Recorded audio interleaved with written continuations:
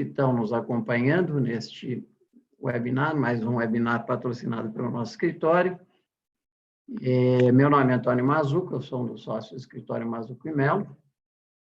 E hoje vamos falar um pouco sobre renegociação de contratos. Nós estamos há pouco mais de 60 dias da pandemia.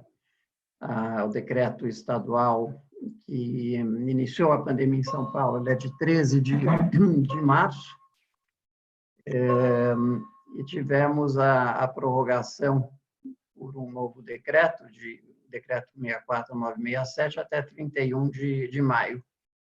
Então, estamos há pouco mais de 60 dias do início do distanciamento social, fechamento de alguns serviços que não são essenciais, uma adesão relativa ao distanciamento social, e hoje tivemos também a saída do novo ministro da Saúde, que durou muito pouco tempo no cargo, e temos também uma novidade que interessa para todos aqueles que nos acompanham, que é a aprovação ontem na Câmara da Lei 1179, que essa lei cria o regime transitório de direito privado para o enfrentamento da Covid. É uma lei que foi aprovada na Câmara, teve algumas emendas na Câmara, ela deve voltar para o Senado, e em seguida para a sanção presidencial. O Leonardo Neri, que está aqui conosco, ele vai falar um pouquinho sobre o capítulo dessa lei que trata de contratos. Nós temos algumas novidades que nos interessam, que é a questão dos contratos de locação e os contratos de consumo. É claro que a lei é muito extensa, ela tem questões de direito tributário, administrativo, condomínio e tudo mais, e nós vamos falar um pouquinho apenas desse aspecto contratual. Eu também queria dizer que o nosso escritório preparou um guia onde nós vimos consolidando todas as medidas editadas pelo governo, pelo legislativo também, para orientação dos nossos clientes, dos nossos amigos. Algumas questões que nós vamos tratar aqui hoje relativas a contratos, elas são abordadas neste guia, e a gente não pretende exaurir o assunto, é um assunto extremamente complicado. Negociação de contratos é um assunto que eu diria que o judiciário brasileiro nunca se debruçou tanto sobre essa matéria como está se debruçando hoje. Então, evidentemente, a gente não pretende esgotar o tema. Nós temos aqui 4 sócios, eu vou fazer uma introdução sobre o tema. Em seguida, o Rafael Melo ele vai fazer uma análise do tema sob a perspectiva do contrato que a gente chama B2B, Business to Business. O Leonardo Neri vai falar a perspectiva B2C, Business to Consumer, e o Christian Rosa ele vai falar sobre contratos com o poder público. Eu pediria a todos que nos acompanham que, após as apresentações, façam perguntas utilizando o Q&A. Se tiverem também questões entre uma apresentação e outra, nós podemos trazê-las também aqui para o bate-papo, e que não utilizem o chat, porque a gente vai estar olhando só o Q&A. E as perguntas elas vão ser respondidas na ordem que elas forem feitas. Né? Bom, dando início à nossa conversa, eu gostaria de falar brevemente sobre a questão da renegociação dos contratos, de onde surgiu isso, né? Porque os contratos eles existem, evidentemente, para serem cumpridos. Então, nós temos a regra básica que vigora há alguns séculos, que é a regra do pacta sunt servanda, e, evidentemente, diante de uma crise como essa, diante de crise que o mundo foi vivendo ao longo dos tempos, criou-se também uma nova regra, que é o rebus sic stantibus, que significa o quê? Que o contrato ele é uma relativização do pacta sunt servanda. Né? Os contratos eles devem ser cumpridos na medida em que as condições vigentes quando da celebração do contrato, elas permaneçam as mesmas, havendo mudanças significativas nessas condições. Então, justifica-se a renegociação. E o nosso Código Civil, a versão que foi editada em 2002, ela incorporou essa chamada teoria da imprevisão. Né? Então, nós temos um artigo que eu diria que era muito importante, que é o 421, que diz que a liberdade contratual ela será exercida nos limites da função social do contrato. Então, cria o conceito da função social do contrato. Isso foi uma inovação trazida da Lei de Liberdade Econômica, que é a 13.874, de 2019. Né?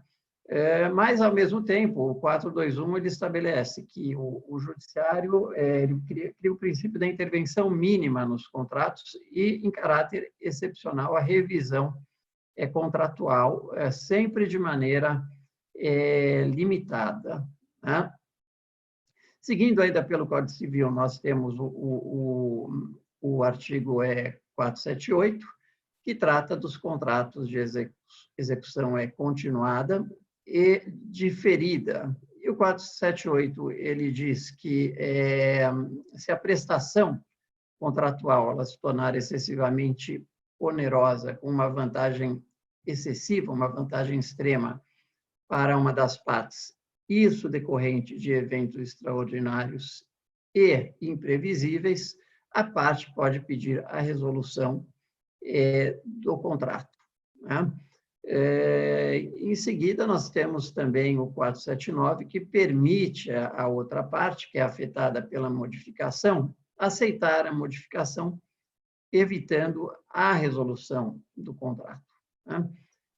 Nós temos também diversos enunciados interpretativos que foram tirados das chamadas jornadas de direito civil, que são encontros promovidos pelo Conselho da Justiça Federal, e que trouxeram formas, né, criaram formas de interpretar esses artigos, o especial 478 da teoria da imprevisão. Então, nós temos o enunciado 175, que diz o quê? Que a imprevisibilidade e a extraordinariedade das circunstâncias, né, elas devem ser interpretadas não só com relação aos fatos, mas também com relação às consequências. Ou seja, se não há consequência nenhuma consequência deletéria para o contrato decorrente dessa situação extraordinária, não há o que se renegociar. Né? Também tem o enunciado 176, que prevê a revisão do contrato, né? A despeito do que diz o 478, que diz que o contrato pode ser rescindido, o enunciado 176, ele prevê a revisão do contrato com base no princípio da conservação do contrato, que está previsto no artigo 479, que eu acabei de mencionar para os senhores. Temos também, interessante mencionar aqui, o enunciado 365, que trata da extrema vantagem. Né? Então, a extrema vantagem ela é um elemento acidental e não necessário. Né? Ou seja, a vantagem ela não irá necessariamente acontecer. O que importa é o desequilíbrio. Né? Isso é o que o segundo enunciado, o judiciário deve olhar. O 366, que trata do fato extraordinário e imprevisível, é aquele que não está coberto objetivamente pelos riscos próprios da contratação. Né? Então, nós temos já uma farta jurisprudência do STJ, que diz que quebras de safra, variação de preço de commodities agrícolas, não é fato extraordinário. Nós temos diversos julgados que dizem também que planos econômicos não são fatos extraordinários, da mesma maneira a inflação. Isso é abordado pela lei que nós temos, a lei do regime transitório. Né? Então, na medida em que os fatos extraordinários eles não são tão extraordinários assim, ou seja, eles são inerentes ao segmento, então não há o que se discutir. Né? Eu diria que esse 366 ele tem uma aplicação relativa, o Leonardo vai falar sobre isso, quando a gente trata de contratos com o consumidor. Né? E, finalmente, temos o 480, né, que ele permite ao juiz modular as obrigações dos contratos. Nós temos tido várias decisões, né? Hoje mesmo eu estava olhando algumas decisões em contratos de locação, que exigem, por exemplo, a comprovação da onerosidade excessiva, né? Ou do desequilíbrio contratual, e amarram a intervenção judicial, há uma prova da queda do faturamento do locatário, né? Nós temos também outras decisões que os meus sócios vão comentar ao longo dessa apresentação, que dispensam essa prova, que me parece bastante acertado, porque, na verdade, quando uma das partes não está tomando o serviço, não está tomando bem o objeto do contrato, né, ser obrigado a pagar um valor integral já já caracteriza não só uma onerosidade excessiva, mas também talvez um enriquecimento ilícito e abusivo, né? Ou seja, a parte não está prestando o serviço como um todo, não está disponibilizando aquele bem, não porque, por exemplo, o locatário ele não quer usar aquele bem, mas porque ele não pode usar aquele bem, né? Então, os contratos, por exemplo, de locação comercial, muitas vezes, eu diria que em grande parte dos casos, salvo em serviços essenciais, o locatário ele não pode, sob pena dele violar as normas de distanciamento social que estão que estão vigorando entre nós em diversos estados, né? Então, feita essa introdução, gostaria de passar a palavra para o Rafael Mello, para que ele detalhe um pouco mais esse cenário, esse problema que nós estamos vivendo, as diversas decisões judiciais que nós temos tido, algumas mais favoráveis, outras menos favoráveis ao reconhecimento da onerosidade. Tá? Rafael, com você, por favor. Bom, boa tarde a todos. Eu vou projetar aqui na tela uma breve apresentação que eu fiz, muito mais... por favor, vocês me confirmem aí, Mazuco, se puder me ajudar, se está corretamente. Legal. Sim, eu estou enxergando aqui. Muito mais para apresentar textualmente o que algumas decisões têm dito do que propriamente para orientar a conversa aqui, né? Então, aqui, o primeiro ponto que eu gostaria de chamar a atenção, antes de partir para as decisões propriamente ditas, né, seguindo aí a linha das considerações que o Mazuco fez, como reagir, como agir numa situação dessa na condição de empresário, né? Você tem ali um contrato entre empresas, um contrato de locação comercial, ou um contrato de prestação de serviços, ou um contrato de logística, de transporte, enfim, seja ele qual for. E por algum motivo decorrente, aqui a gente está tratando dessa situação específica da pandemia, né, da Covid e da quarentena, enfim, todos os desdobramentos, e identifica-se um desequilíbrio, tá? Identificado esse desequilíbrio, o que deve fazer o empresário? Então, a gente fez aqui um breve roteiro, muito simplificado, tá? Do passo a passo. Então, o primeiro passo é negociar, tá? É estabelecer ali um canal de comunicação entre a empresa e o prestador de serviço, ou o locador, ou o prestador de serviços logísticos e empreitada, etc., e negociar. E fazer isso de forma a criar evidências, troca de e-mails, troca de comunicações, dependendo do caso, mensagens eletrônicas e tudo mais, né? Por que isso? Porque, como a gente sabe, esses contratos todos, tanto no seu cumprimento quanto na excepcionalidade do seu descumprimento parcial, de parte a parte, ele é orientado pela boa-fé objetiva. Então, o primeiro passo aqui é negociar, é conversar mesmo, tá? E tentar chegar num bom termo que atenda aí a necessidade das duas partes e que divida de forma equilibrada esse ônus causado por fatos alheios à vontade das partes, como é o que a gente está vivendo agora, tá? Mas seguindo, vamos supor que não se chegue a uma boa composição. Nessa hipótese, o segundo passo seria fazer uma notificação extrajudicial. Aí já partimos para uma medida um pouco mais formal, né? Envio, enfim, de novo, estamos numa situação de quarentena, então como é que eu envio isso? A sugestão é telegrama, tá? Pode enviar por e-mail? Pode enviar por e-mail, mas envia por telegrama também.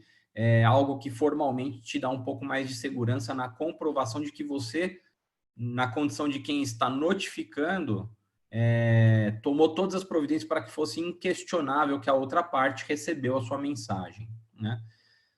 Passado isso, continue com o canal aberto de negociação, por evidente, né? Mas vamos pensar aqui na hipótese de uma tentativa frustrada de um acordo, de uma repactuação temporária do contrato, de um desconto, de um diferimento, aí depende muito do tipo de contrato, né? O passo seguinte, indiscutivelmente, seria ajuizar uma ação. Qual é a ação que você vai ajuizar? Depende muito do caso concreto, depende do tipo de contrato, e depende também daquilo que o empresário entende como razoável em termos de repactuação, né? Pode ser, por exemplo, uma ação revisional, partindo aí dos conceitos de possibilidade de revisão dos contratos que o Mazzuco colocou, pode ser. Pode ser uma ação declaratória de que aquilo surgiu e tornou o contrato desequilibrado, também pode ser. Pode ser também uma consignatória, olha, eu acredito que é razoável que eu pague X, e eu deposito esse X em juízo, inclusive para demonstrar ali a minha vontade de continuar cumprindo o contrato naquilo que eu entendo que é razoável, e peço em troca disso que o juiz interfira, né, quebrando essa barreira da interferência mínima, né, que ele interfira naquela relação contratual e que ele imponha para a outra parte que, ao menos liminarmente, seja aceita aquela condição, tá? Na prática, vai ser um pouco de tudo isso, tá? Pensando aqui nas hipóteses locação, serviços, vai ser um pouco de tudo isso. Todos os contratos de prestação continuada, você vai, de certa forma, pedir uma declaração, você vai, de certa forma, solicitar ao juiz que revise alguns pontos, algumas cláusulas que ficaram desequilibradas, e é aconselhável que você consigne o valor que você entende razoável em juízo. Isso te dá uma segurança jurídica maior, tá? Passando aqui, isso daqui já foi tratado pelo Antônio Mazzuco, né? A teoria da imprevisão, onerosidade excessiva, e eu acho que aqui o ponto, não vou ficar lendo esses artigos, tá? Mas o ponto aqui na onerosidade excessiva, e é isso que vai pegar na jurisprudência, é o quê? O que é onerosidade excessiva? Vamos pensar num contrato de locação comercial. Onerosidade excessiva olha, eu tinha uma situação, eu tinha uma capacidade de faturamento X, e por conta dessa crise toda, a minha capacidade de faturamento diminuiu, e por isso eu me encontro numa situação excessivamente onerosa e não vou cumprir o contrato, tá? Ou opção 2, eu não estou apto a utilizar, a acessar o objeto do contrato. Então, é o caso de escritórios. Eu não posso quebrar essa quarentena, quebrar essas regras sociais de isolamento, colocar em risco ali uma série de pessoas para acessar o objeto do contrato de locação comercial. Não é uma vontade minha. E a onerosidade está nisso, porque se eu não uso a prestação contratual e eu continuo pagando ela de forma integral, a relação ficou desequilibrada. Não porque o meu faturamento diminuiu, mas porque o objeto do contrato já não reflete mais o valor que está sendo pago. Então, é aí que está o desequilíbrio. Pelo menos a minha opinião aqui, tá? E acredito que que os meus sócios compartilham dela também, é uma opinião em que a onerosidade excessiva tem que ser analisada à luz do contrato. Tá? É claro que você pode, eventualmente, trazer elementos de contextualização de que o faturamento diminuiu, de que a situação econômica se agravou, e isso aparece nas decisões. Mas, minha opinião, o correto seria trilhar o caminho de onerosidade excessiva à luz do contrato, da relação contratual, como ela era normalmente, como ela ficou agora. Tá? Aqui trazendo já um pouquinho das decisões, a gente já vê essa questão, tá? A locação comercial, né? Aqui, ó, a queda por certo período do faturamento da locatária, empresa de grande porte, não caracteriza caso fortuito ou força maior hábil a autorizar a intervenção judicial no negócio jurídico firmado pelas partes. Para mim, essa decisão, além dela ser uma decisão desfavorável à revisão do contrato de locação comercial, ela me revela, tá? Essa decisão aqui, ela é de 22 de abril, tá? Ela é de um agravo de instrumento no Tribunal de Justiça de São Paulo. Ela me revela, talvez, uma opção jurídica equivocada, de tese jurídica, tá? O que aconteceu nesse caso? A empresa entrou com um processo falando, olha, meu faturamento fez assim, então eu quero pagar menos aluguel. Então, é evidente que o juiz vai falar, bom, o seu faturamento fazer assim não é caso fortuito, não é força maior, não se enquadra na teoria da imprevisão, tá? Claro que eu não conheço o caso em detalhes, mas um argumento muito melhor seria, olha, o meu uso desse contrato funcionava da seguinte forma, e mostra qual era o funcionamento numa situação de normalidade. A partir de determinado momento, com a imposição de quarentena, com a crise de saúde, mudou, a realidade mudou e o contrato passou a ser usado de outra forma. E por isso ele se tornou oneroso para mim, tá? Então esse aqui é um exemplo de uma linha de argumentação que eu entendo que não funciona, e de fato não funcionou, tá? Nesse segundo caso, o juiz também trazendo aqui a teoria da imprevisão do artigo 317, ele trata aqui que o contrato ele traz função social, boa-fé objetiva e equivalência material. Equivalência material é justamente isso que eu estou tratando aqui, né? São as prestações e contraprestações nos contratos que devem estar equilibradas. Então, aqui, esse daqui é uma decisão, não está escrito escritório aqui, está errado, é uma decisão de shopping, tá? Era um contrato vinculado ao faturamento da loja e a loja está fechada porque o shopping está fechado. Então, nesse caso aqui foi o inverso. O shopping tentou fazer com que a empresa continuasse pagando num nível normal, né? E o juiz falou que não. O juiz falou que não, que é uma situação atípica e que não deveria pagar um valor mínimo, e sim continuar pagando um percentual do faturamento. Se o faturamento for zero, vai ser zero. Tá? Esse que é o racional dessa decisão. Mas veja, aqui já é uma linha de argumentação muito mais consistente com a análise do contrato em seu objeto, e não só do contexto. Tá? Ainda sobre locação comercial, né? Aqui, de novo, rendimento, queda abrupta de rendimentos da autora, tornando a prestação dos aluguéis originalmente contratados excessivamente prejudicial à sua saúde financeira, tá? Com risco de levá-la à quebra. Aqui o juiz, ele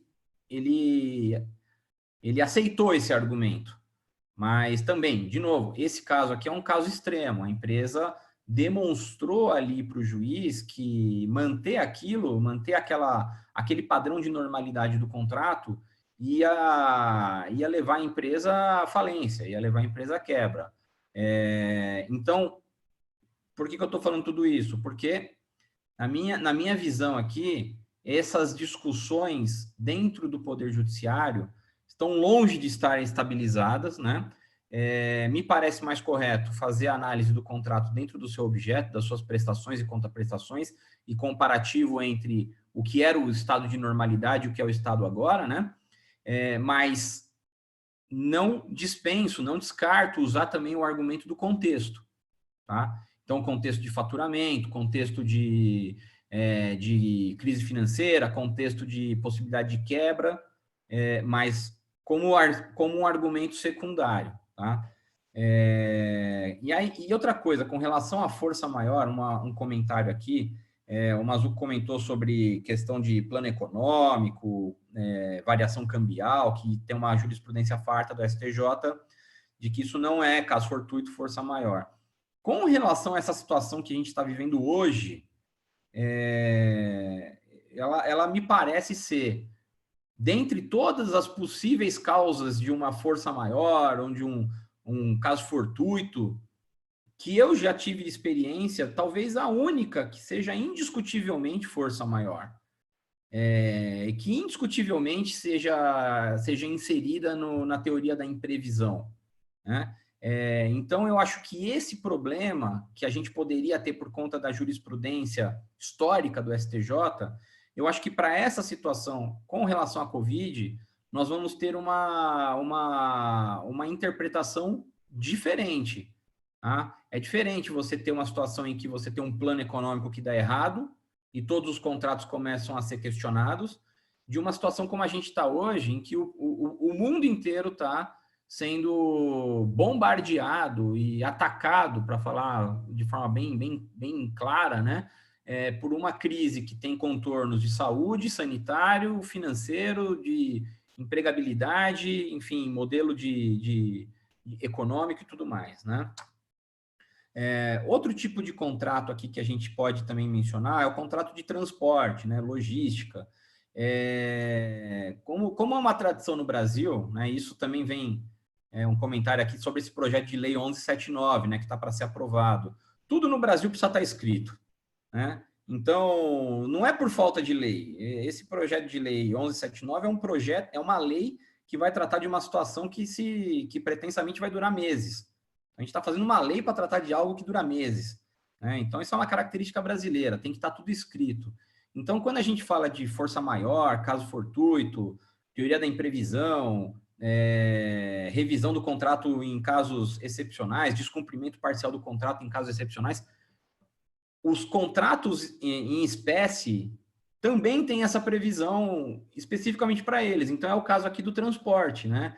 Então, tem os artigos 734 e seguintes aqui do Código Civil, que falam especificamente desse contrato. E trazem o quê? O mesmo conceito que o Antônio Mazzuco trouxe no começo. Então, para dizer o quê? Que nesse contrato, se há alguma dúvida, tá, que ele pode ser parcialmente descumprido por ocasião de um ato de força maior, dúvida não há, porque está escrito. E já estava antes, tá? Então, a dúvida antes era o que é força maior? Será que isso é força maior mesmo? Greve dos caminhoneiros, por exemplo, será que é força maior? Será que é caso fortuito? Aqui me parece que é indiscutível, é uma causa de força maior, sim. Tá? Serviços, de novo, a mesma coisa. Não bastando as disposições gerais, temos aí também as disposições especiais. Tá? Então, se aplica tudo aquilo que eu falei sobre a introdução de análise dos passos e também os conceitos gerais que já foram tratados. Tá? Empreitada, idem, a mesma coisa, se repete. Tá? E são todos reflexos daqueles conceitos originais que tratamos. Tá? Aqui uma tabela rapidamente, eu já vou me encaminhando para o final, tá?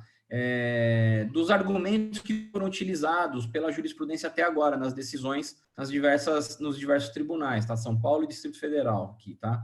Em caso de aluguel, a gente já teve decisão adotando teoria da imprevisão e onerosidade, afastando força maior, tem decisão adotando força maior, imprevisão e onerosidade, todas em conjunto. Tem decisão, de novo, só em previsão e onerosidade. Uma decisão falando só da onerosidade, por conta da questão financeira mesmo. No caso de transporte, a força maior, até por conta da disposição expressa do Código Civil, e a imprevisão, força maior mais imprevisão, e empreitada também. Vocês vejam, parece uma sopa de letrinhas aqui, né? Você vai pegando as opções e vai juntando.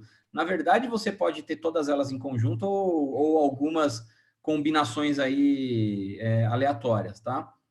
Mas o resultado é o mesmo, é a revisão, é a discussão do cumprimento da obrigação do contrato.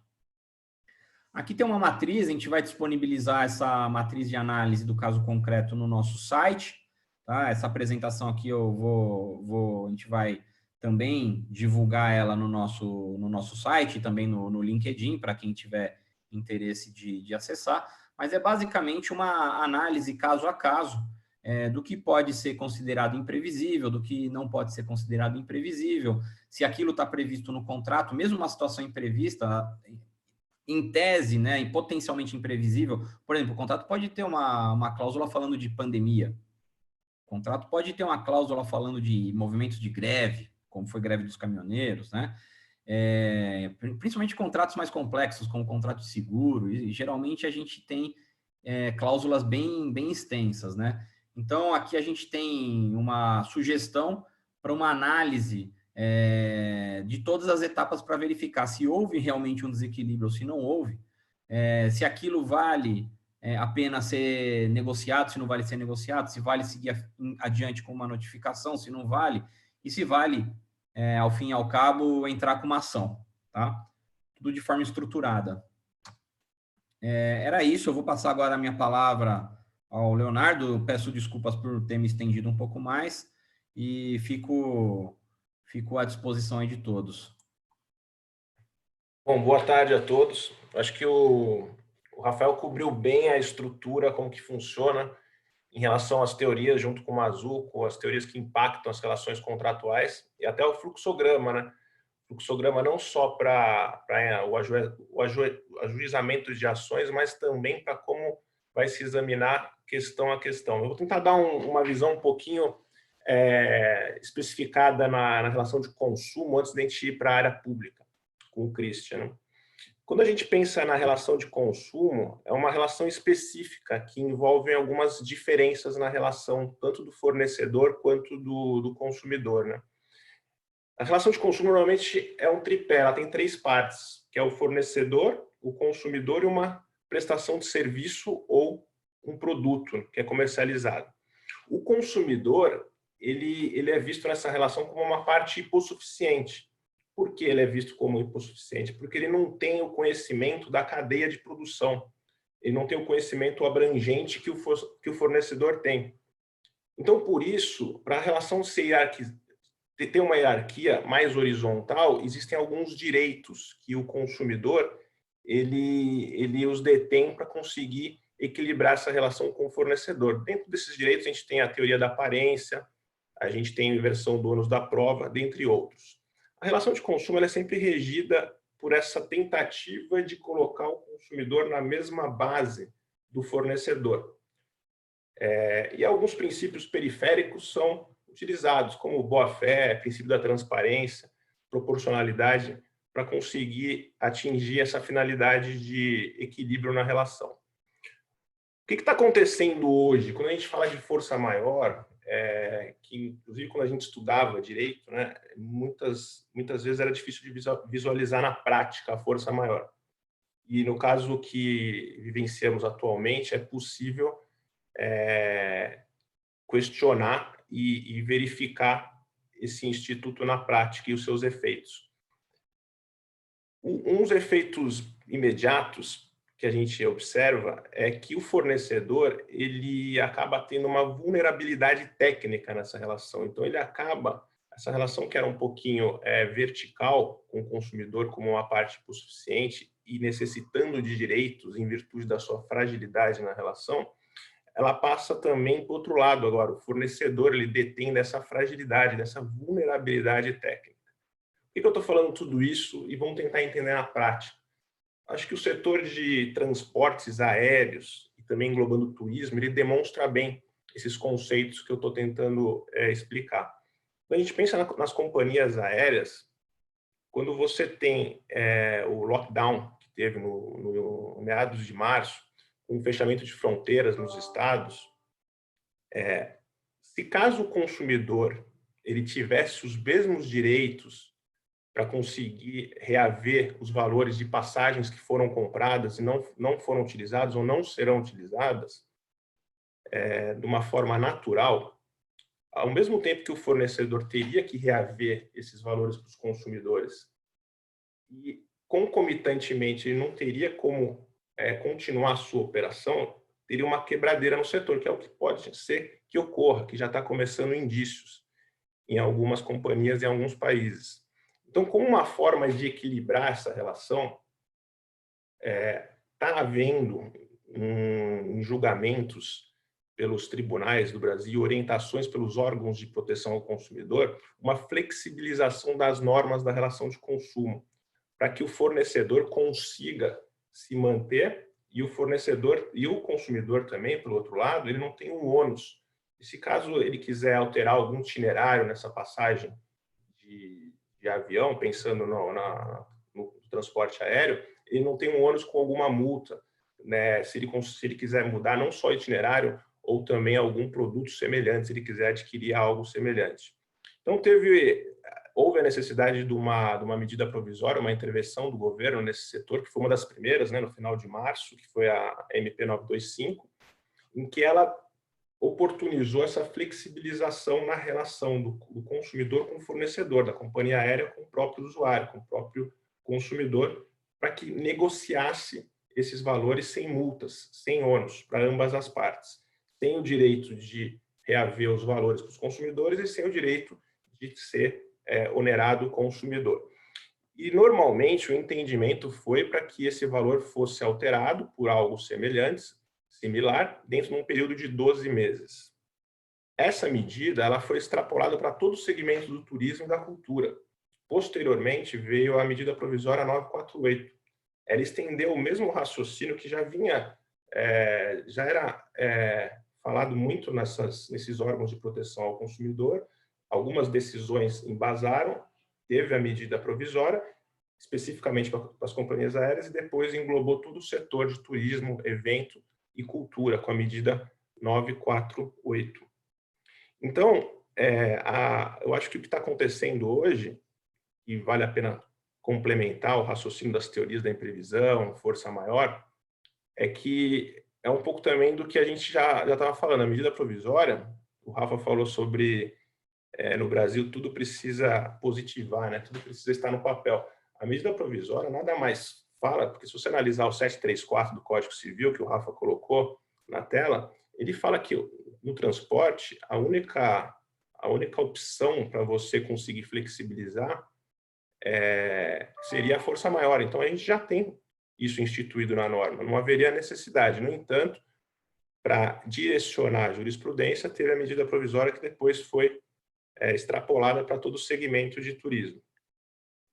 Eu acho que essa é um pouco a visão em relação a consumo. Eu vou falar um pouquinho agora também sobre o projeto de lei que acabou sendo aprovado na Câmara ontem, que o Mazzuco falou no início, que é o 1179. Léo, antes de você falar dessa questão do consumo, a questão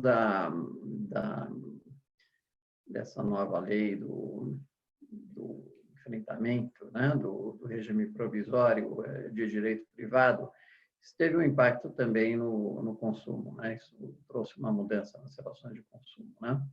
Vou falar também na parte de consumo e contratual, também em relação às locações comerciais.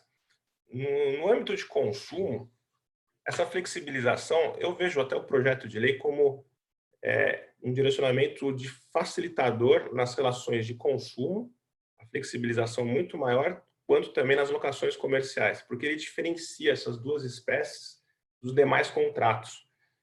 Eu acho que um ponto importante, inicialmente, antes de falar disso, é sobre a suspensão, né? As medidas liminares de despejo, tanto de imóveis, saindo um pouco da área de consumo, mais na área de locação, tanto de imóveis residenciais quanto comerciais, está vedada qualquer decisão de despejo até 30 de outubro de 2020.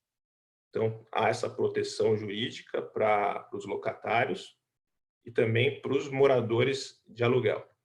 Em relação à área de consumo e locação comercial, há uma flexibilização na hora de você revisar o seu contrato em juízo.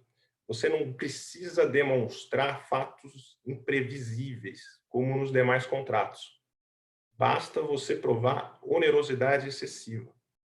Então, relação de consumo e locação comercial, basta provar onerosidade excessiva. Não há necessidade de demonstrar fatos imprevisíveis para revisão, como alteração, variação monetária, inflação e outros fatos imprevisíveis. Em relação ao consumo, já tinha sido aprovado pelo Senado e a Câmara ratificou em relação ao direito de arrependimento.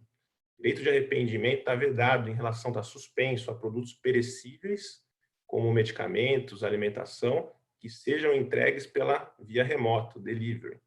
Então, tem uma suspensão nisso daí. Tem um impacto também que, na verdade, eu não vejo como impacto imediato na LGPD. A LGPD está sendo discutida em paralelo tanto pela lei quanto pela MP 959, que acabou entrando no meio e prorrogou a LGPD, que é a Lei Geral de Proteção de Dados, com início para 3 de maio de 2021. Antes da MP 959, esse projeto de lei ele já tinha postergado a LGPD para o início de janeiro de 21, com as sanções para agosto de 21. O que eles fizeram agora? Como eles viram que tem a MP em paralelo, eles excluíram o trecho de início da LGPD para janeiro de 2021 e apenas deixaram as sanções para agosto de 2021. Então, se tudo continuar como temos agora, se a MP virar lei, a MP 959, a LGPD entrará em vigor no dia 3 de maio de 2021, com as sanções 3 meses depois, em agosto de 21. A princípio, foram essas as principais medidas São várias medidas que tem no PL 1139, acho que depois no debate a gente pode até citar algumas outras, mas em relação a contratos, flexibilização, contratos de locação comercial e de consumo, maior comparado aos demais contratos. E também a suspensão de medidas liminares para contratos de locação comercial e residencial. Acho que os impactos em contratos são esses. Acho que a gente pode passar a bola aqui para o Christian, falar um pouquinho sobre os impactos no setor público e depois a gente debate o tema com exemplos.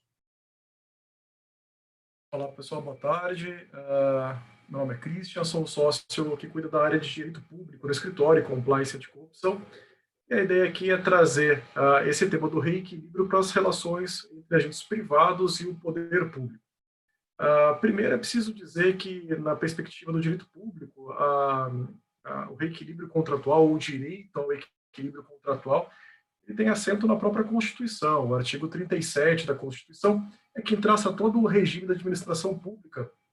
E lá no inciso 21, onde tem a previsão da famosa licitação, ou seja, o Estado só pode contratar agentes privados mediante um processo seletivo que garante a impessoalidade e a vantajosidade, a escolha da melhor proposta.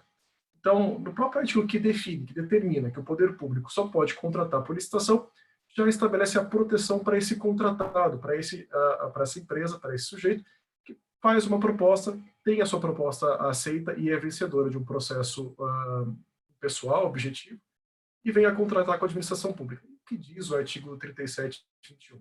Ele diz que serão mantidas as condições da contratação, as condições da proposta ao longo da execução contratual.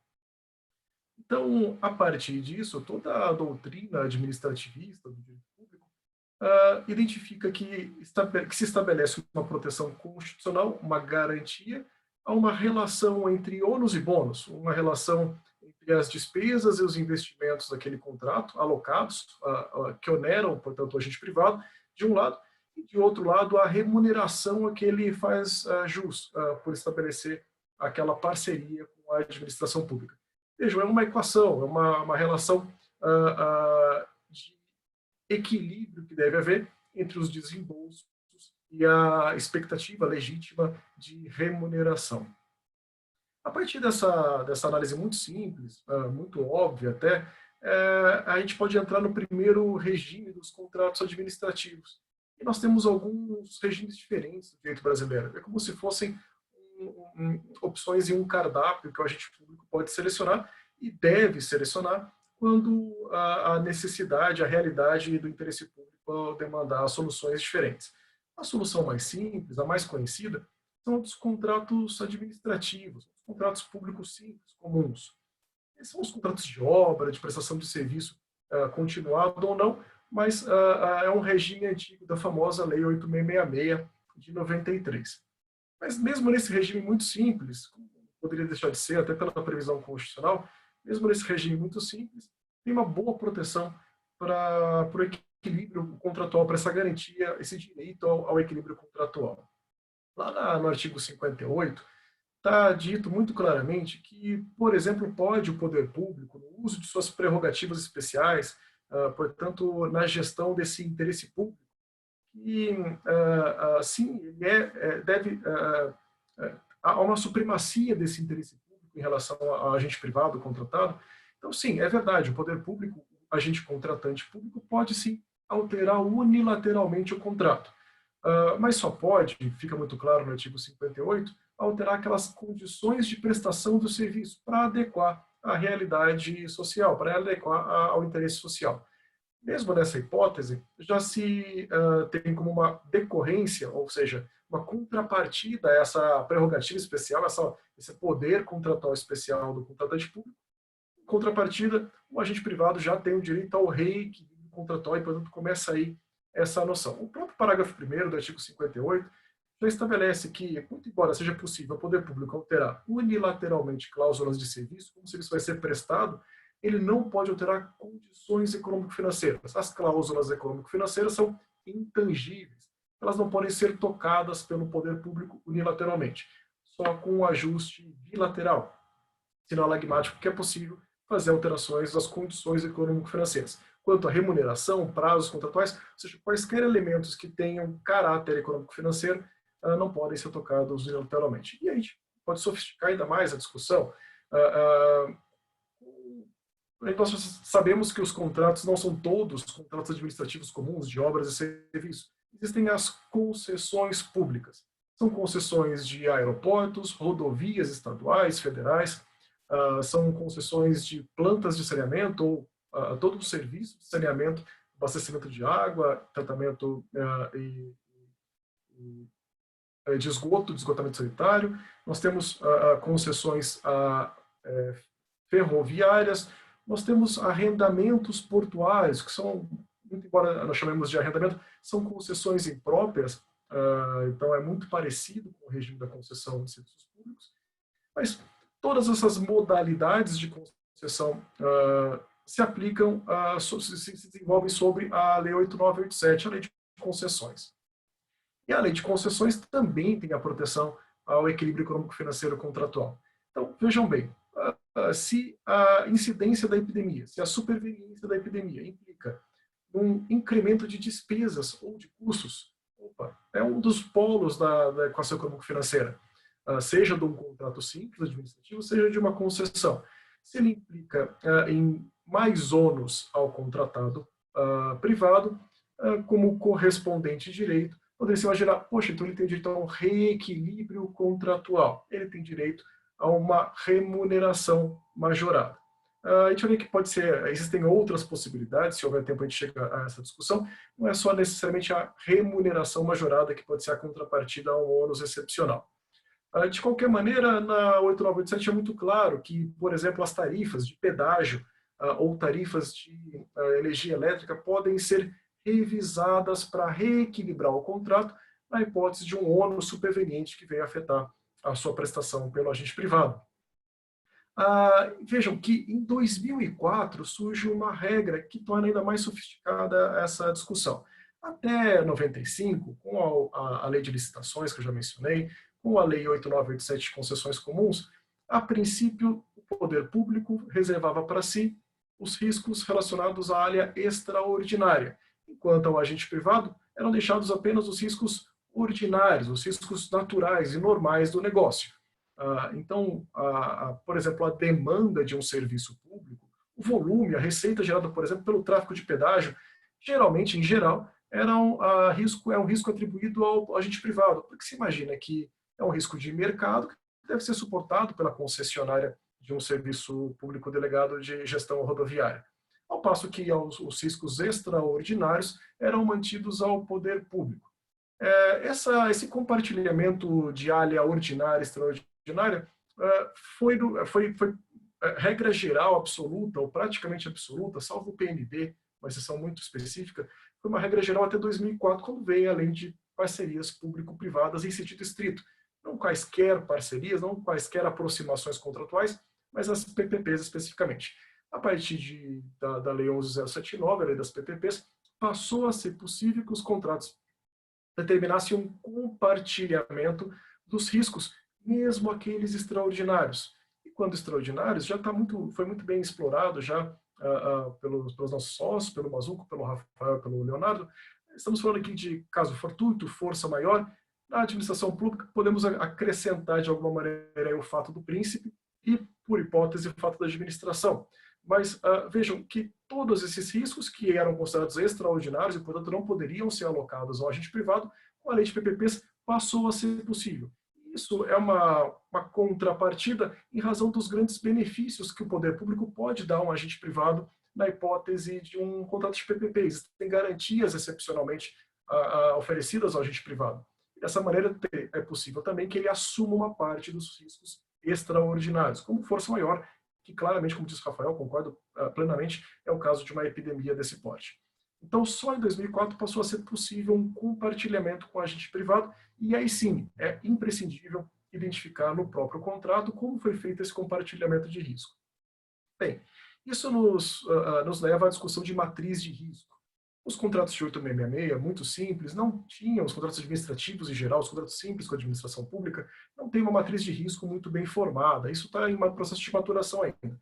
Já nas concessões comuns e nas PPPs, cada vez mais se aprimoram, ficam mais sofisticados os instrumentos de alocação de riscos. Portanto, a gente sai um pouco da mera previsão genérica de área ordinária ou extraordinária, risco do negócio ou riscos extraordinários, e cai numa determinação muito clara de listagem dos riscos e a alocação a uma ou outra parte, ao contratante público ou ao contratado privado. E, claro, a lógica que está por trás dessa alocação de risco não pode ser aleatória, ela é baseada na eficiência. Qual das partes poderia, de maneira eficiente, tratar melhor aquele risco?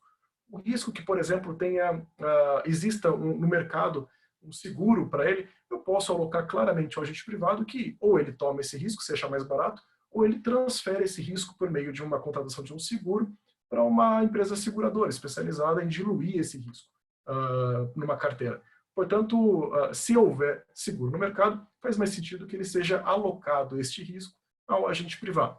Há riscos para os quais não há seguro ou o seguro não é minimamente acessível, não há um mercado difundido com concorrência para esse tipo de seguro, convém que fique com o agente público. E aí, já terminando a minha introdução, a minha apresentação, e abrindo, claro, a perguntas, é preciso fazer um apelo aqui, né? Nós, como advogados, precisamos fazer um esforço de sair do rebus sic stantibus e ir para a noção de ceteris paribus, né? Trazer um pouco de economia para essa lógica. Por quê? Nos contratos de concessão comum e nos contratos de PPP, não basta mais demonstrar aquele mero afastamento da equação econômico-financeira.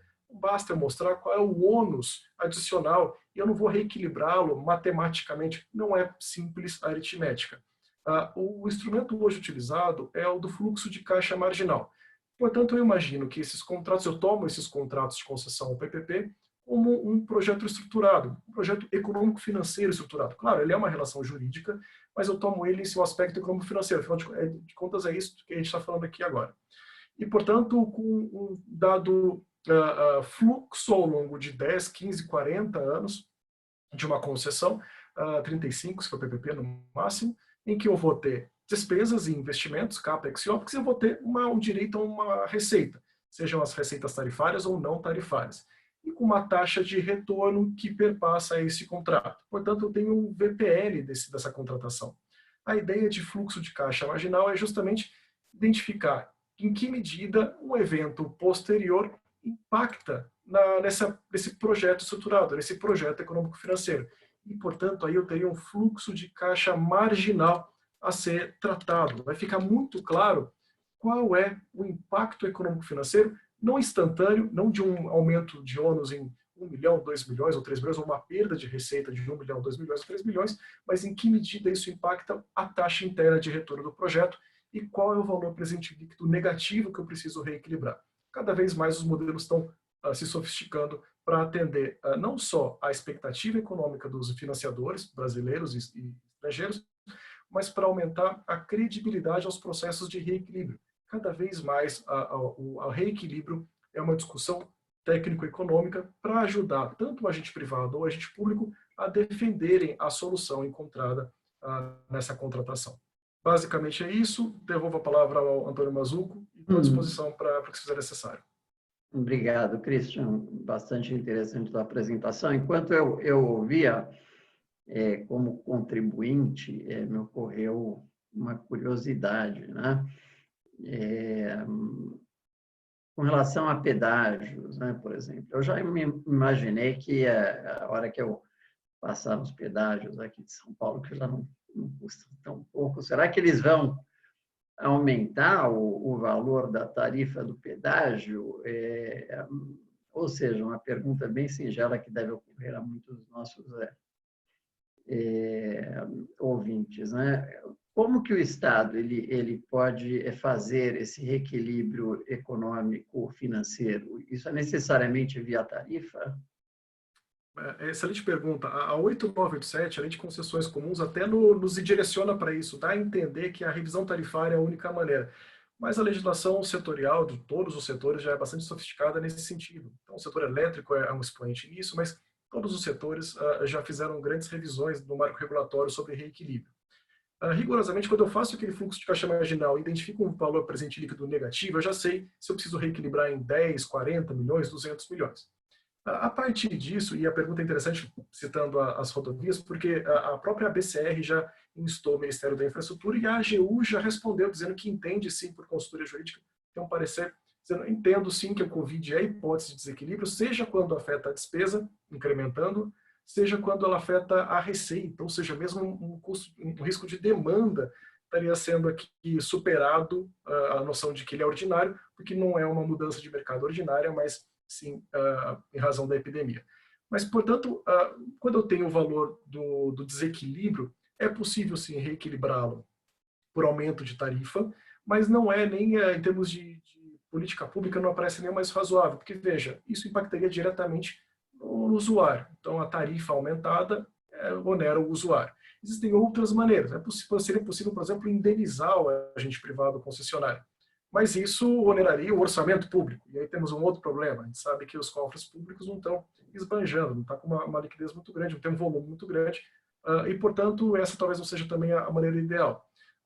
A terceira possibilidade seria, né, eu deixo para o final do contrato de concessão e quando da relicitação eu obrigo o próximo concessionário, como condição para assinar o seu contrato, a indenizar o interior. Essa é uma possibilidade também, mas, novamente, eu estou onerando a prestação futura do serviço.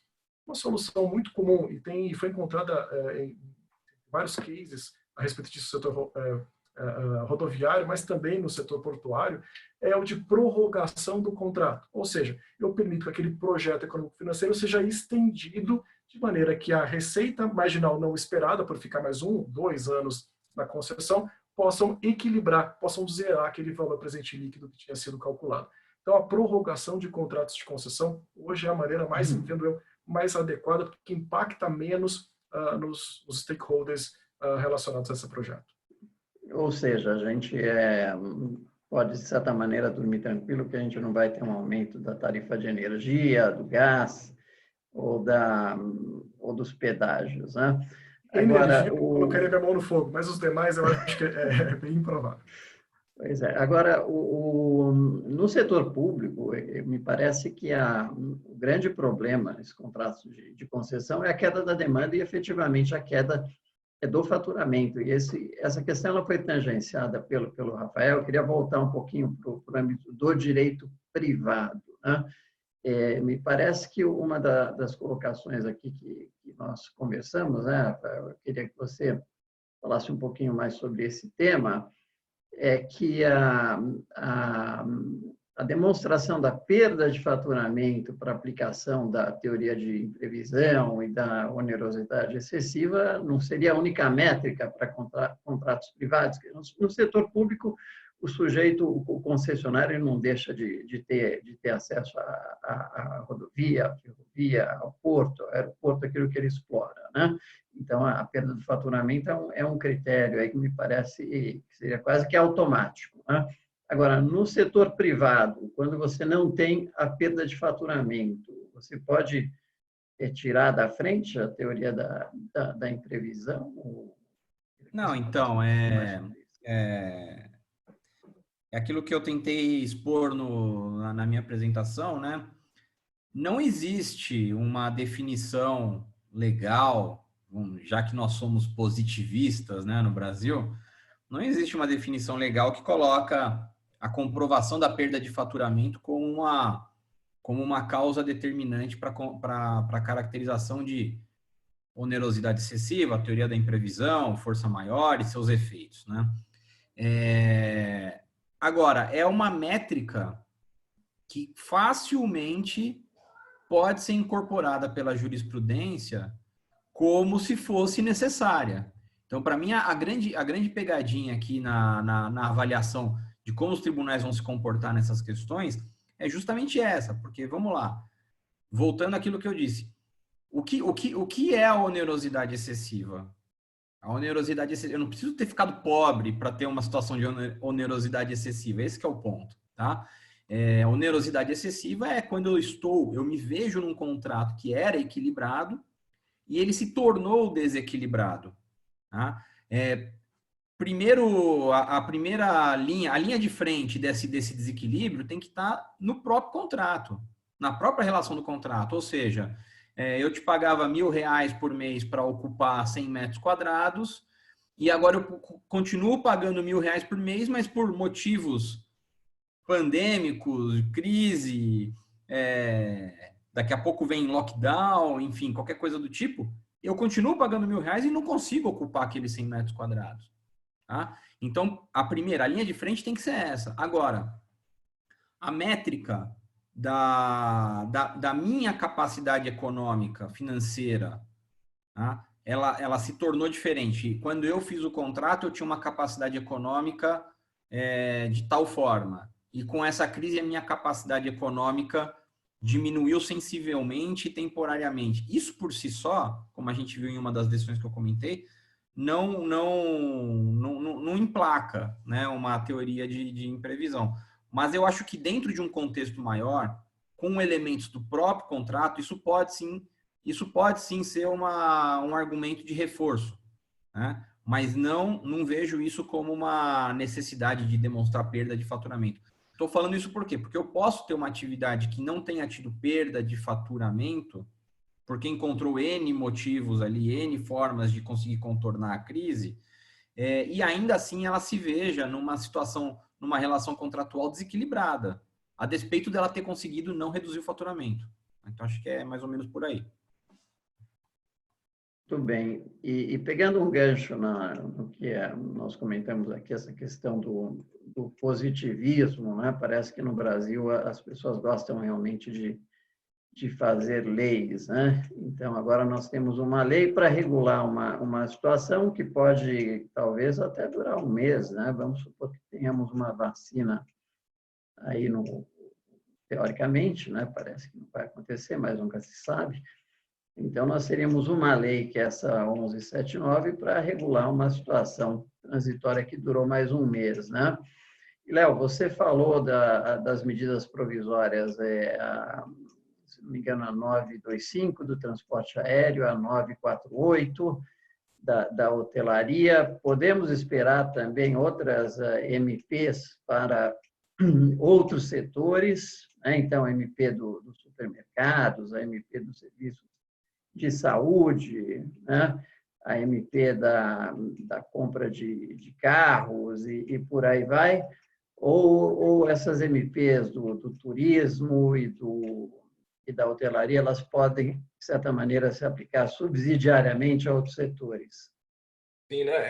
Eu acredito que elas são suficientes, né? Na verdade, elas foram publicadas em virtude do momento, né? Ter sido o efeito para o setor de turismo, de cultura e eventos, principalmente de turismo, hotelaria e companhias aéreas, foi muito forte no início da pandemia, que foi exatamente quando houve o fechamento de fronteiras e tudo mais. A gente até citou aqui na apresentação que o próprio Código Civil já previa isso, um artigo, o 734, que ele fala sobre força maior para as relações de consumo. Eu acredito que, da mesma forma que a gente teve um cronograma com a 925 das companhias aéreas, depois os mesmos conceitos sendo extrapolados para a 948, da mesma forma deve-se entender para todo o mercado nas relações de consumo. E o PL de ontem, que foi aprovado pela Câmara, ele vai nessa diretriz, né? Ele flexibiliza as relações de consumo, situações em que as cláusulas ficariam temporariamente suspensas. Eu acho que um exemplo bacana, que o Rafa pode até complementar, que ele vivenciou empiricamente, é quando a gente fala de escolas. No início de março, em meados de março, quando teve os fechamentos das escolas inicialmente, depois a recomendação governamental, o decreto de calamidade pública, pensávamos que os estudantes teriam as aulas de forma igualitária, igual estavam tendo, pela via online, e no período de férias, em julho, seriam complementadas as aulas que eventualmente pudessem ter sido perdidas. Isso com exceção da primeira infância, o ensino fundamental, que teria a dificuldade das crianças terem essa alfabetização pela via online. Que foi um quadro até que os próprios pais, muitas vezes, eles se utilizaram dessa denominação de professor e pai ao mesmo tempo, né? Pedagogo e criador dos seus filhos. Mas, na prática, a gente tem visto que há muitas reclamações dos pais em relação à preparação das escolas em prover esse ensino à distância. Não só a preparação de conteúdo, mas também a preparação instrumental, a utilização dos instrumentos tecnológicos de forma adequada. Então, está tendo muita discussão em relação a isso, muitas crianças que estão até pensando em repetir o próprio ano letivo no ano seguinte, para não ficar defasada, tendo conversas entre os pais qual que seria o melhor caminho. E as escolas, acho que o Rafa pode complementar em relação a isso, estava tendo um movimento, uma locomotiva engessada, com um movimento estanque de não alterar a flexibilização das mensalidades. E teve um vai e vem, inclusive, dos órgãos de proteção ao consumidor, que inicialmente falava uma coisa e posteriormente mudou completamente. Né, Rafa? Então, na verdade, o Senacom, que é o órgão federal dos PROCONs estaduais, né? Logo no início da pandemia, ele se apressou a soltar uma nota técnica dizendo que, primeiro recomendando os consumidores a não tentarem nem negociar, e também recomendando os consumidores não ajuizar ações, pois as escolas teriam, a despeito das economias evidentes da não utilização do espaço físico, né, água, luz, esse tipo de coisa, as escolas teriam que fazer investimentos para implementar o EAD, né? Eu mesmo tive que estudar esse assunto por motivos pessoais e de fato existe uma resistência das escolas a conversar, a negociar sobre o assunto, mas as escolas foram pegas de surpresa também, né? Então elas, ao mesmo tempo que elas estão um pouco inflexíveis com relação à repactuação do contrato, que é uma repactuação, ninguém contratou escola para o filho estudar EAD, contratou escola para o filho ir lá fisicamente. Então, o contrato já não é mais igual, é aquilo que eu falei, a mesma coisa. Você tem um desequilíbrio dentro do próprio contrato, né?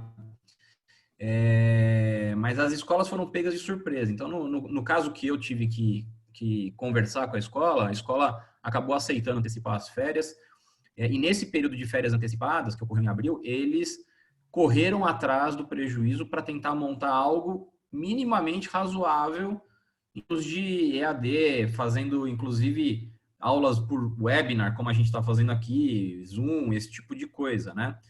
Imagino que professores trabalhando ali em hora extra. Então, é uma situação complicada para os dois lados.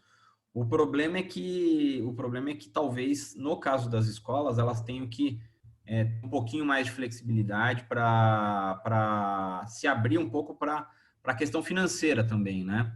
Mas você vê, a mesma estrutura. Tem pais, tem consumidores, os pais, né, que estão passando por dificuldade financeira. Fazendo um paralelo aqui, eles perderam o faturamento, né? E tem pais que não perderam esse faturamento. Agora, quando você fala com a escola, ela olha para esses que perderam, como se fosse uma espécie de assistência social. Mas e os que não perderam? Eles estão num contrato que ficou oneroso demais para eles. Por quê? Porque o pai tem que ficar com a criança junto ali do computador fazendo aula. Quem fazia isso antes era a própria professora.